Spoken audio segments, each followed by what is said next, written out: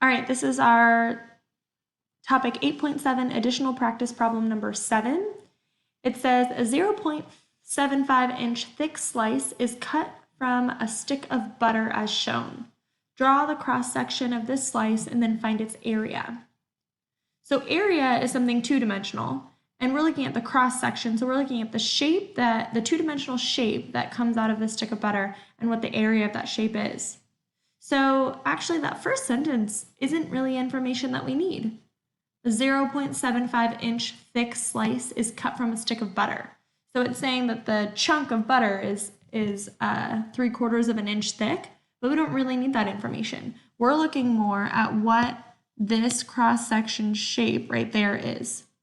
And if we follow these lines out this way, we know that that's going to be the length, and we follow these two sides out this way, we know that's going to be the width of that rectangle, really. We don't know for sure if it's a square yet.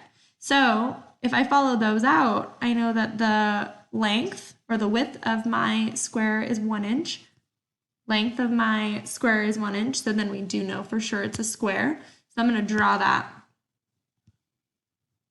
A square is going to be my cross section of this slice of butter.